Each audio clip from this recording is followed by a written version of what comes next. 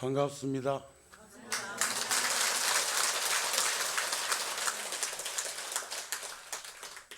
부처님께서 열반경에서 이런 말씀을 하셨습니다. 불자들이여, 한번 읽어드리겠습니다. 불자들이여, 보살이 두 가지 법을 구족하면 크게 이익을 얻으리니, 하나는 선정삼매요, 둘은 반야지혜니라. 불자들이여, 왕고를 빌 적에는 급히 서두르면 끊어지나니, 보살이 이 두 가지 법을 닦는 일도 그와 같느니라. 불자들이여, 굳게 박힌 나무를 뽑을 적에는 먼저 손으로 흔들면 뒤에 빠지기가 쉽듯이 보살의 선정과 지혜도 그와 같아서 먼저 선정으로 흔들고 나중에 지혜로 뽑아야 하느니라. 불자들이여, 때 묻은 옷을 빨 적에 먼저 잿물에 담그고 뒤에 맑은 물로 씻으면 옷이 깨끗하여지나니, 보살의 선정과 지혜도 그와 같느니라.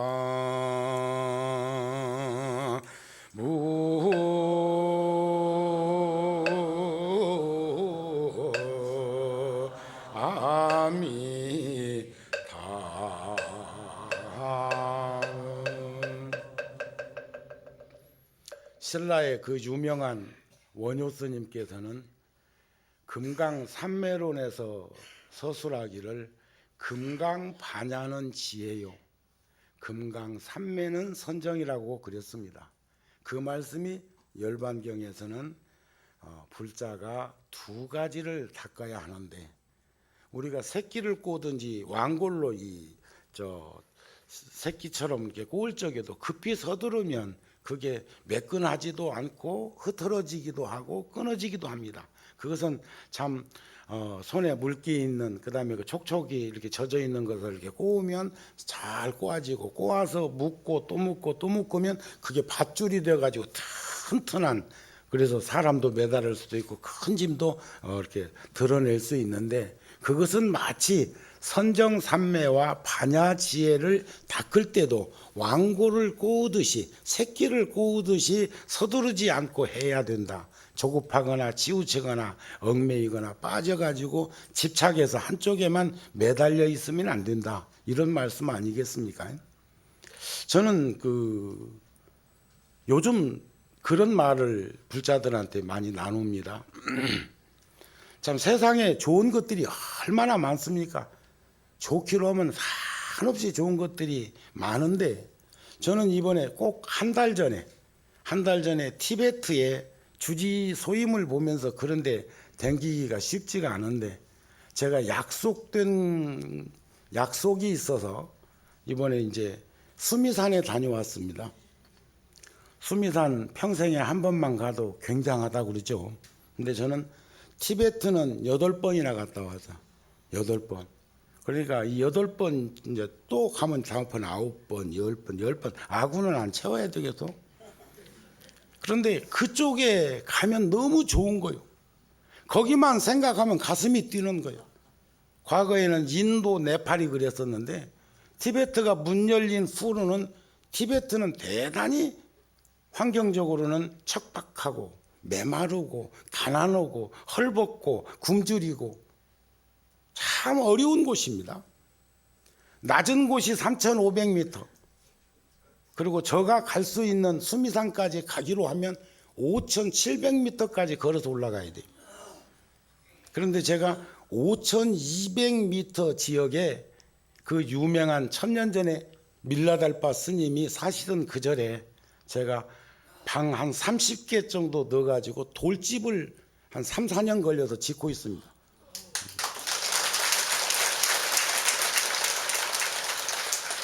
이제 거의 다 지었어요. 거의 다 지었어요. 돌집. 그러니까 돌집이니까 오래는 갈게요. 세멘트보다 오래 안 갈까요? 그러면 그곳은 어떤 곳이냐면 수미산이라는 산을 성지를 순례하는 순례객들이 머무르는 곳이라는 거죠. 그러면 뭐 거기서 하룻밤에 뭐 100명, 200명 정도는 뭐 충분히 그 비바람 피하고 폭풍우 피하면서 진눈깨비 눈보라 피하면서 머무를 수 있는 곳. 아마 지금쯤은 영하 10도 넘겠네. 10월 달이면 한 20도, 11월 달이면 영하 한 3, 40도. 그런 곳에 스님들이 살고 계시다고요. 그곳에다가 이제 원을 세워가지고 이제 그런 일을 했는데, 그런 것도 아마 어쩌면 과거생의 인연으로 그런 그 참 복을 지을 수 있는 것 아닐까 싶고, 또 그 집에 다음 생에 제가 가서 또 머무를지도 모르고, 아마 9번째 수미산 순례를 간다면 아마 그 집에서 제가 머무를 거라는 생각도 가져봅니다. 근데 이번에 12명의 스님들이 그곳에 같이 갔는데 서너 명 빼놓고는 전부 힘들어가지고 뭐 그냥 힘든 정도가 아니고 또다시 수미산은 생각하기도 싫은, 얼마나 힘들었으면. 그래서 저는 지금까지 댕긴 중에 가장 수월하게 다녀왔지. 그러면 그것은 무슨 훈련되어서? 아니, 경험이 많아서 더더욱이나 아니. 그러나 이번에 왜 그랬을까? 이번에는 그곳에 무엇을 하고 있고 확인하고 싶고 가닥을 잡아주고 싶고 마지막 돈을 갖다 주고 싶은 그 마음, 크게 작용된 게 뭐냐면, 그렇다.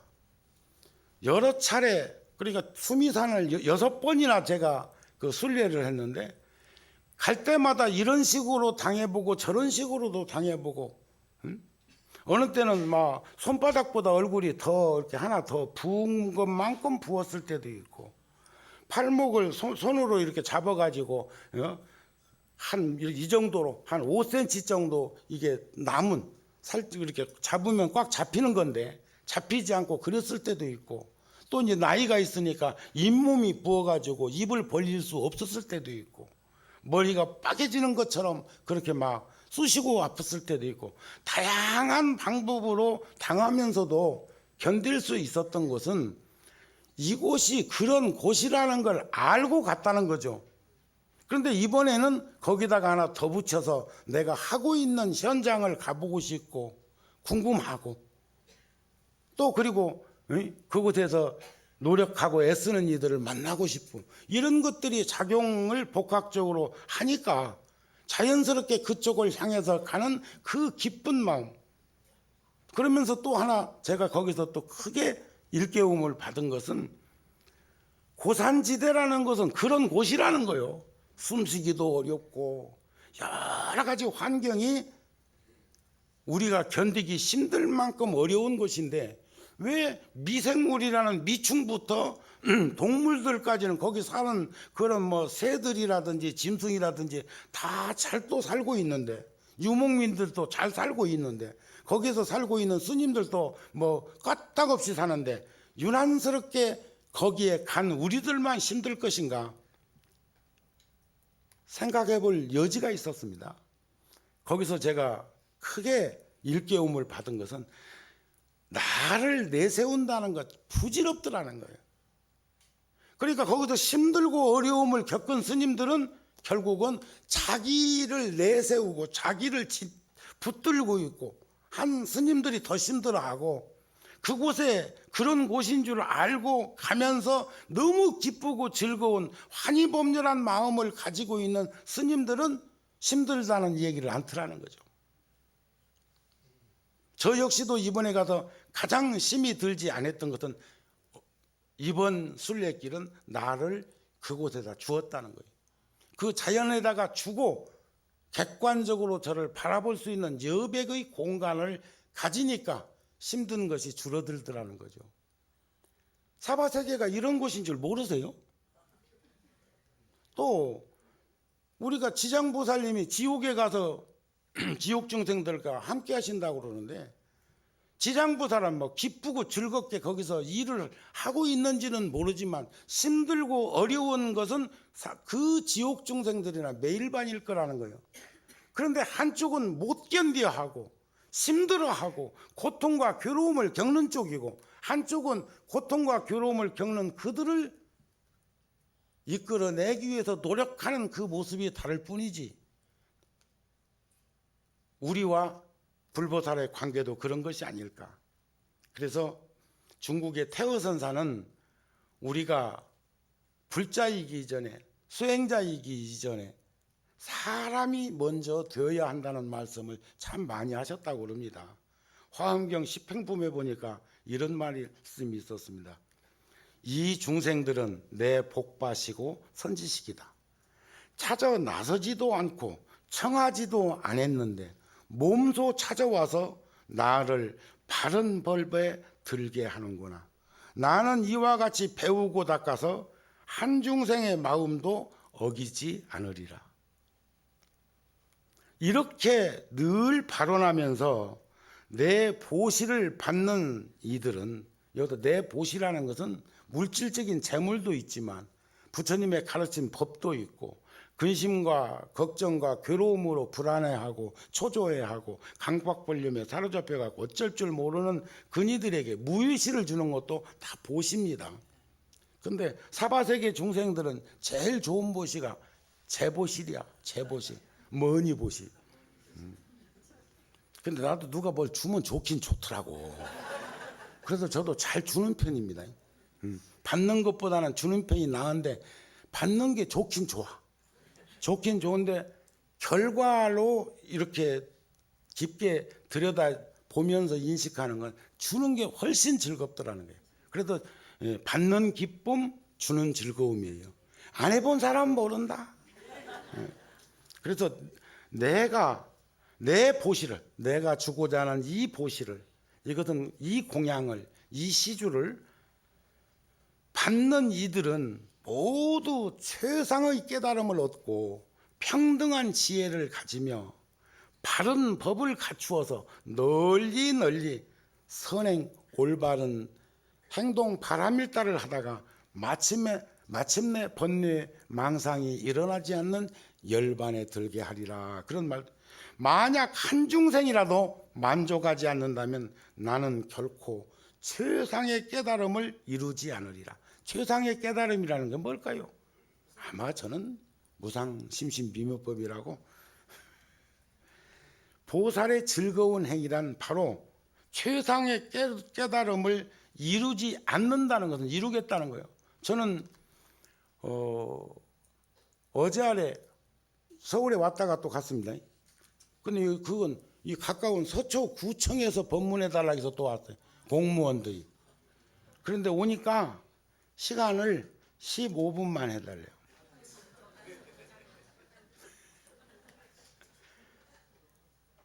그리고 15분짜리 법문이 어디 있대. 그런데 기쁜 마음으로 그렇게 하고 즐거운 마음으로 돌아섰어요. 왜냐하면 공무원들이 12시부터 1시 점심시간을 택해서 법표를 한다고 하는 그 사실의 행위만 하더라도 얼마나 장한 일입니까?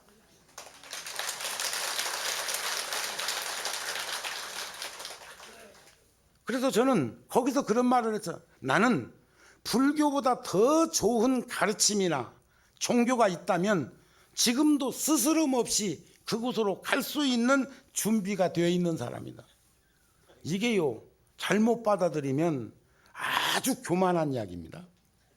그러니까 누가 나를 붙들어서 불교를 하고 있는 것도 아니고, 누가 나를 지금 욱박질러 가지고 주저앉혀 놓은 것이 아니라, 제가 출가자의 길을 걷고 승가의 한 일원으로 산다고 하는 것은 내가 좋아서 하고 있다는 거예요. 여러분들은 오늘 여기 오면 유산상속 좀 더 해준다고 해서 세대고 왔나? 그거 아니잖아요. 우리 전부 자발적으로 자의에 의해서 지금 무상사 법당에 오신 거 아닌가요? 전 그렇게 생각합니다. 부처님께서도 세상에 보살이 하는 일 중에 3가지가 있는데, 하나는 자발적으로 하는 것, 스스로 발심해서 하는 것을 으뜸이라고 그랬습니다. 또 하나는 상대가 원해서 하는 일이 있습니다. 예를 든다면 불의웃돕기나 또는 언론 방송을 통해 가지고 그 메시지를 전달받고 거기에 크든 작든 스스로 이렇게 거기에 인연을 맺고 동참을 해가지고 그 일이 이루어질 수 있도록 하는 거. 상대가 원해서 하는 일도 있습니다. 근데 작지만 가랑비에 옷 젖는 것처럼 아침 풀섭을 받고 지나가다면 바지가랑이 촉촉이 젖는 것처럼 우리는 아주 작고 부족한 것 같지만 그런 것들을 중첩해서 이렇게 나누어 가질 수 있는 그런 것들도 매우 좋다고 생각합니다.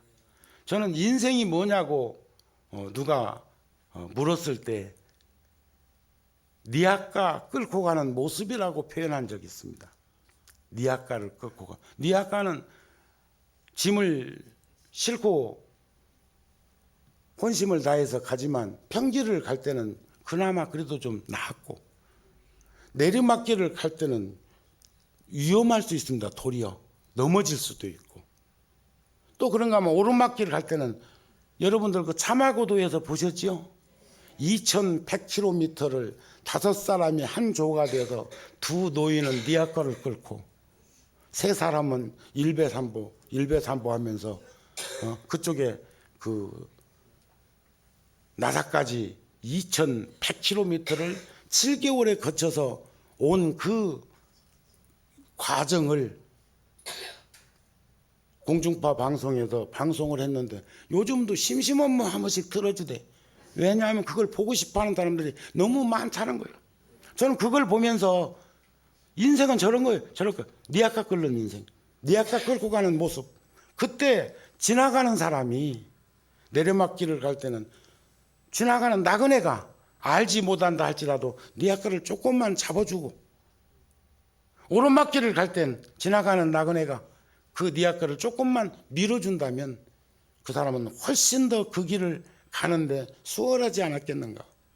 이것을 우리는 서로가 서로에게 그러한 배려와 그러한 관심과 그러한 인정을 가지고 사는 것이 불자의 바람이를 행하는 보살도가 아닐까 싶은 마음이 그 프로에서 보이더라는 거죠. 그런데 그 노인이 목적지에 도착해 가지고 뭐라고 그래?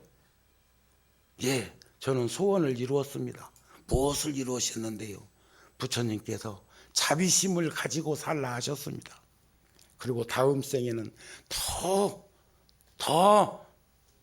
많은 이들에게 자비심을 베풀면서 살 수 있는 사람이 되기를 원합니다.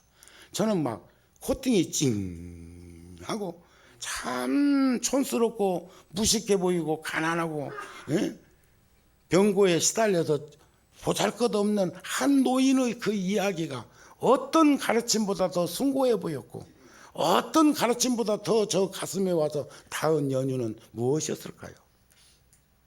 그래서 저는 오늘 또 여러 불자들한테 드리고 싶은 것은 우리 인생은 어쩌면 니아까를 끌고 가는 것처럼 곤궁하겠지만 외롭겠지만 고독하겠지만 그래도 그 옆을 지나가는 사람들이 서로가 조금씩만 거들어 줄 수 있는 그런 아량과 그런 도량과 그런 배려만 가까이에 한두 사람이라도 있는 사람이 있다면 우리는 복된 인생을 살고 있고 행복한 삶의 현장에 내가 머무르고 있는 것이 아닐까 하는 마음이 들어지더라. 그런 말씀입니다.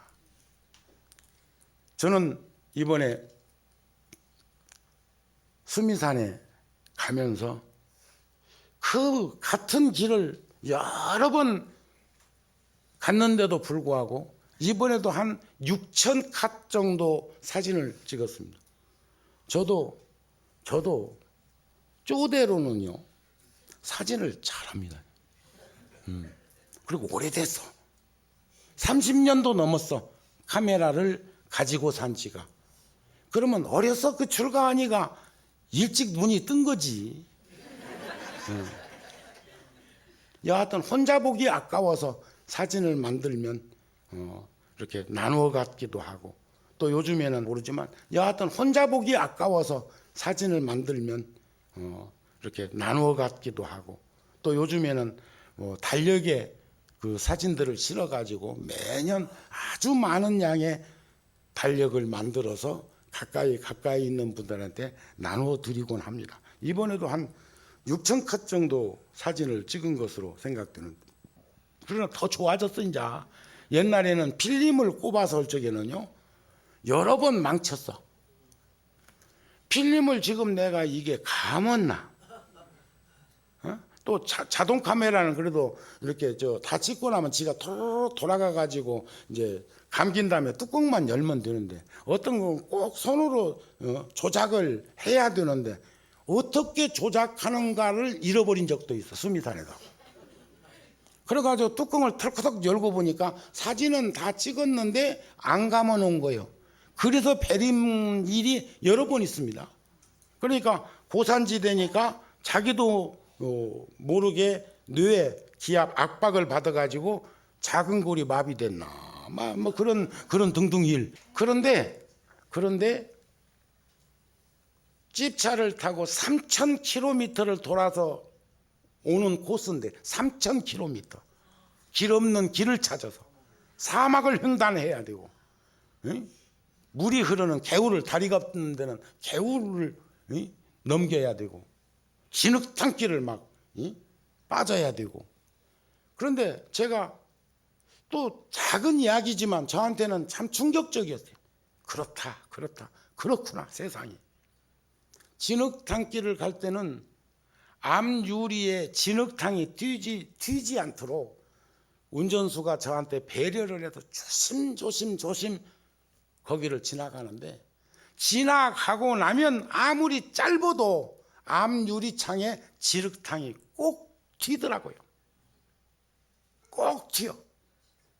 그런데 아주 맑고 깨끗한 물이 한없이 흘러가는 개울을 지나가도 그 물이 좀 튀어주면 앞유리가 좀 깨끗해질 건데, 깨끗한 물은 튀는지를 모르겠더라고.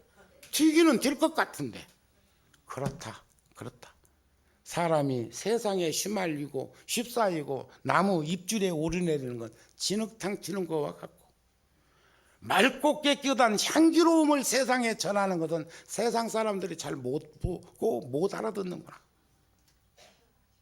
그리고 제가 카메라를 늘 들고 있고 순간 도착을 해야 되는 그 일이 있기 때문에 기사는 늘 개울을 건너고 진흙탕을 건너면 물을 뿌려가면서 그것을 세척해 주려고 노력을 하고, 가능하면 그런 것들이 안 튀도록 하려고 노력을 하는데도 물론 질량은 다르겠죠.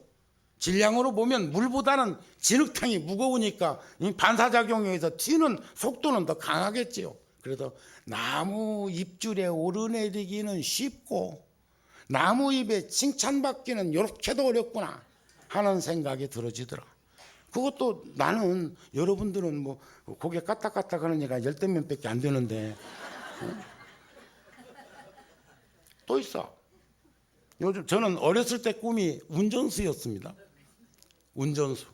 촌에서 그 추록 운전수가 벼를 실로 동네에 들어올 때 보면 뭐 손으로, 지금으로 보면 대단히 뻑뻑한 운전대였을 텐데 어린 눈에 보실 때는 참 기가 찬 거예요. 그 큰 물체를 뭐 앉아가지고 둥그라문 거 가지고 이렇게 움직이면 다 왔다 갔다 하고 다 하니까, 그래서 막 다음에 어른이 되면 나는 막 운전수가 돼야 되겠다. 그런데 그 생각이 잘못됐다고 생각 안 합니다. 내 몸이 자동차라면 나를 이끌고 가는 주인공, 마음은 운전수일 것입니다. 한 가정의 가장도 운전수여야 되고, 근데 잘 운전해야 된다는 거죠. 그래서 나는 그 어렸을 때의 그 작은 생각이 드러난 것이 결코 잘못됐다고는 생각 안 하는데, 요즘 저도 지금 오늘 또 차 몰고 왔습니다. 저는 버스도 운전할 수 있는 대형 일종 면허증도 갖고 있습니다. 왜냐하면 그 어렸을 때 꿈을 실현을 해야 될 거예요. 이제 중장비 면허증을 따려고 그러는데 그게 잘 되려는지 모르겠어. 요즘은 주변에서 이제 말리는 일이 많아. 오늘 또 여러분들한테 온다고 또 면도도 하고 왔어요. 텔레비전에 거칠하게 비칠까 봐서. 그런데 제가 운전을 하면서 느끼는 것은 시간이 쫓겨서 서두른다고 하더라도 그 대열에서 추월을 해가지고 앞장을 쓴 것 같아도 한참 가다 보면 그 차는 다음 대열에서는 꽁무니에 붙어 있대. 그런데 여유를 가지고 넉넉한 마음으로 운전을 해보면 경제 속도를 놓고 가도 어느 순간에 보면 자기가 제일 앞에 있는 걸 볼 때도 있다는 거죠. 그렇잖아요. 그 대열에서 앞에서 운전하고 있는데 급한 사람은 또 추월해서 가고 하다 보면 늘 그 사람은 경제 속도로 가는데도 그 사람이 도리어 맨 앞에 갈 때가 많다는 거예요. 서두르는 사람 치고 조급증 내는 사람 치고 빨리 속도를 내는 사람 치고 맨 앞에 있는 확률은 적어. 거기를 벗어나면 또 꽁무니에 붙어 있고 꽁무니에 붙어 있고 꽁무니에 붙어 있는데 그런데도 앞만 보고 사는 것이 인생인 것이냐 생각하고 있는 어줍잖은 인생들도 우리들 주변에 많더라는 거예요. 오늘 저는 자동차 얘기도 했고 저는 오늘 그 5,000m가 넘는 고산지대에서 열악한 환경 속에서 척박한 그 현장에서 나를 드러내니까 힘들어. 그런데 그런 곳인 줄 알고 갔기 때문에 나를 그냥 자연의 한 부분에다가 놓아주니까 그렇게 자연스럽게 어울림을 가지면서 살 수 있는 현상도 있더라. 지금 저 뒤에 보면은 전 서울시장이신 우명규 박사께서 지금 저기 와 앉아 계신데 내가 이 앞으로 오시라고 할까 말까 하다 지금 내가 참았거든요. 근데 여기 자리는 왜 남겨놓는데? 그러니까 그건 뭐예요? 부처님 당시에도 가섭존자라고 하는 부처님 제자는 부처님보다 물론 사리불이나 목련이나 이런 저 제자들도 수볼이나 부처님보다 연세가 많았습니다. 나이가. 가섭은 훨씬 더 많았어. 근데 가섭존자는 늘 법비 때마다 입구에서 오는 불자들이나 스님들을 안으로 빈자리로 안내를 하고 그러다가 어느 날은 가섭존자가 앉을 자리가 여의치 않았습니다. 그때 부처님께서 가섭이여 이리 오시오 해가지고 분반자 아닙니까? 삼처선신 가운데 하나가 분반자거든요. 자리를 나누어 앉으셨다는 거예요. 대중들은 아무도 그 뜻을 모르는데 가섭은 알고 빈 것이 웃었다는 거 아니에요. 여마시 중에 미소했을 때도 마찬가지. 연꽃 하나를 들었을 때 뭐 들었다고요? 이게 연꽃이요?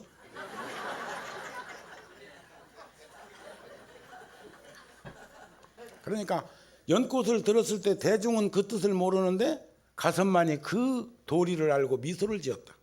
부처님이 열반에 드셨을 적에 가섭존자가 그곳에 참석하기 전까지 아무리 불을 붙이려고도 타지 않았단 말이에요. 구시나가라 사라상수 나무 밑에서.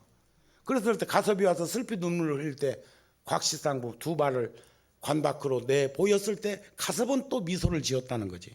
그렇다고 해서 뭐 우리들처럼 이거 달이 나오는 거 보니까 부처님이 안 돌아가셨다 관뜰하다 이런 게 아니고 씩 웃는데 불이 붙어서 부처님은 열반에 드신 무열반의 모습을 보였다. 그런 얘기도 되는 것입니다. 그게 3번 웃었다는 얘기 아닙니까? 그렇죠? 또 법문들을 많이 들어갖고 막 뭔 얘기만 하면 막 고개를 까딱까딱 하고 또 아는 얘기하면 좋아.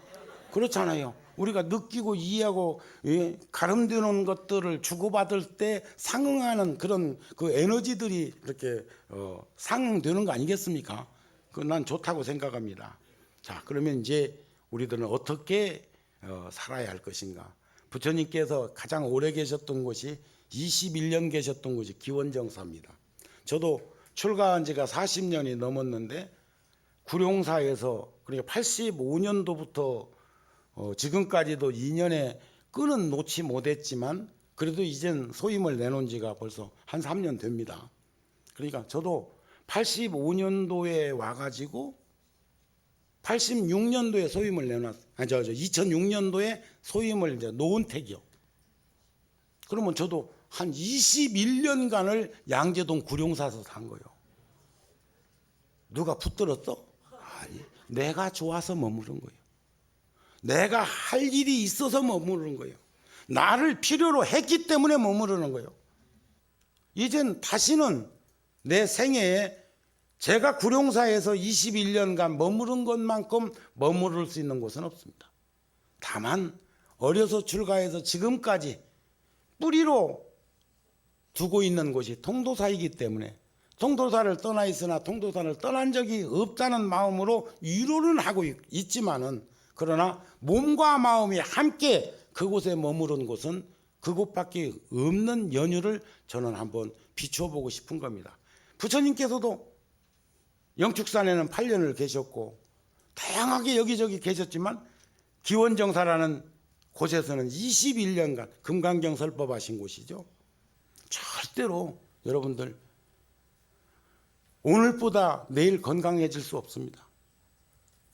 여기 우리 연배의 나이라면 오늘보다 내일 더 젊어질 수 없습니다. 전에도 한번 불교 텔레비전에서인가 한번 말씀드린 적이 있었는데, 세상에는 3가지 소중한 것이 있다. 하나가 젊음입니다. 젊음이요, 건강이요, 목숨이요. 젊음과 건강과 목숨은 한없이 소중한 것이지만 사바의 업력으로 이 세상에 태어난 우리들은 영원할 수가 없다는 거죠. 100년도 힘든 세상을 1000년 만년 살 것처럼 해도 100살을 넘기기가 쉽지 않은 거죠. 어제 아래 제가 지리산 화엄사에 갔었는데 거기 조실스님이 99. 귀만 조금 어두우시지 건강 좋으시더라고요. 계단 오르고 내리는데 혹여 스님 넘어질세라 제자들이 가까이에서 시중을 들어서 그렇지 당당하게 걸어서 올라가고 내려오시는 그 모습은 그냥 그 모습이 이루어졌겠냐는 거예요. 99도 무지하게 멀게 느껴지는데 전 그런데요. 저는 99 되려면 앞으로도 40년 더 있어야 되는데.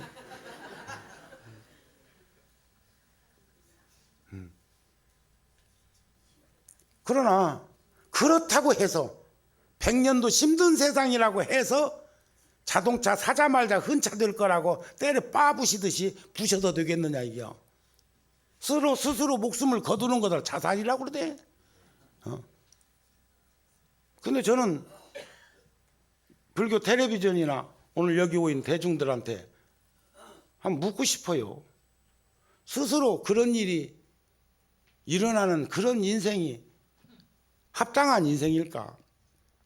저는 지금까지 살아온 인생이 아까워서도 그렇게 못 얻었고, 또 이만큼이라도 내 모습을 갖추려면 태어나봤자 또 없어도 30년은 있어야 돼요. 30년. 또 한 30년 노력해도 지금 모습 못 갖춥니다. 그러면 남아있는 시간이 얼마인지는 몰라도 모르나마 보편적으로 사람들은 요 정도 산다고 하는 기대 심리로 희망을 가지고 남은 시간들을 열심히 사는 것이 훨씬 더 값지고 소중한 인생이 아닐까 싶은데 여러분들은 어떻습니까?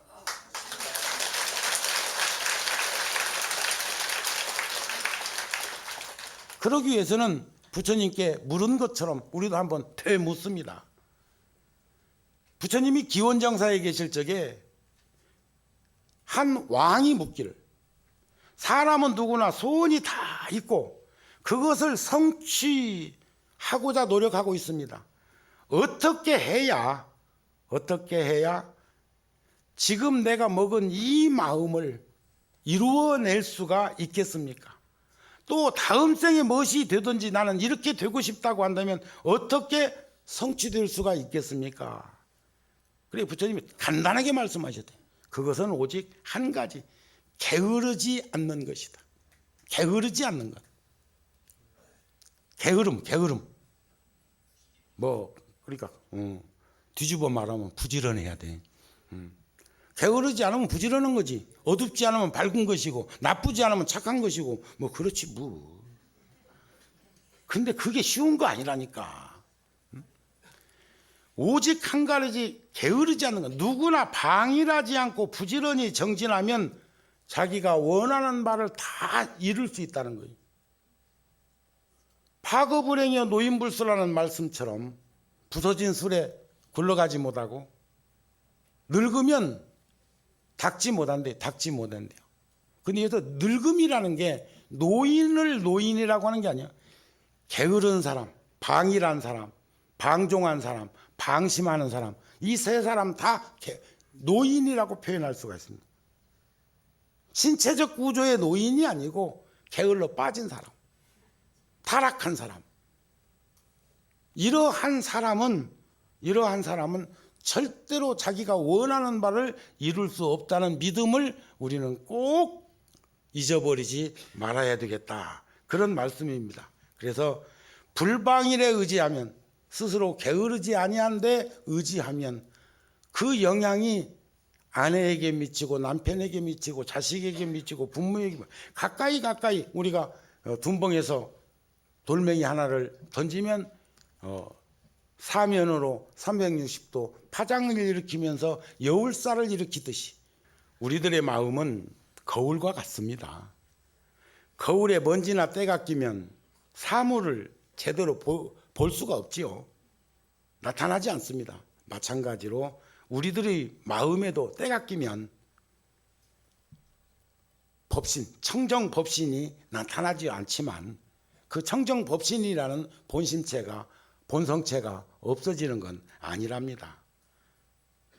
그것을 우리가 수행과 정진이라는 이름으로, 기도정진이라는 이름으로, 참의정진이라는 이름으로 청법대중이 되어서 그것을 한 코풀씩 벗겨 나가는 그런 작업을 우리는 불자의 생활화 속에서 충분히 얻어질 수 있는 일들이라고 많이 얘기하고 있습니다.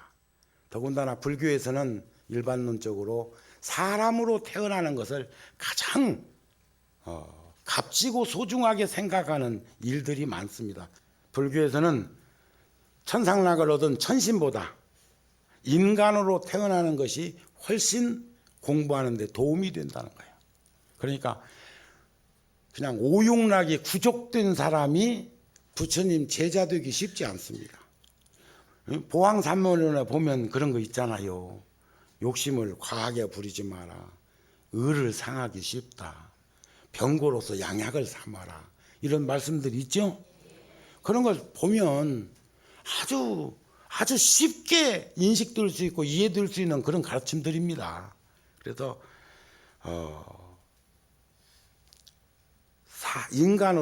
인간으로 태어난 현실을 우리는 가장 소중한 인연의 결실로 보고, 아까 말씀드린 대로 우리가 살아온 시간처럼 오늘도 열심히 살고 내일도 열심히 살려고 노력하는 과정 속에서 한 계단씩 우리가 풀어가야 될 숙제들이 있더라는 거죠.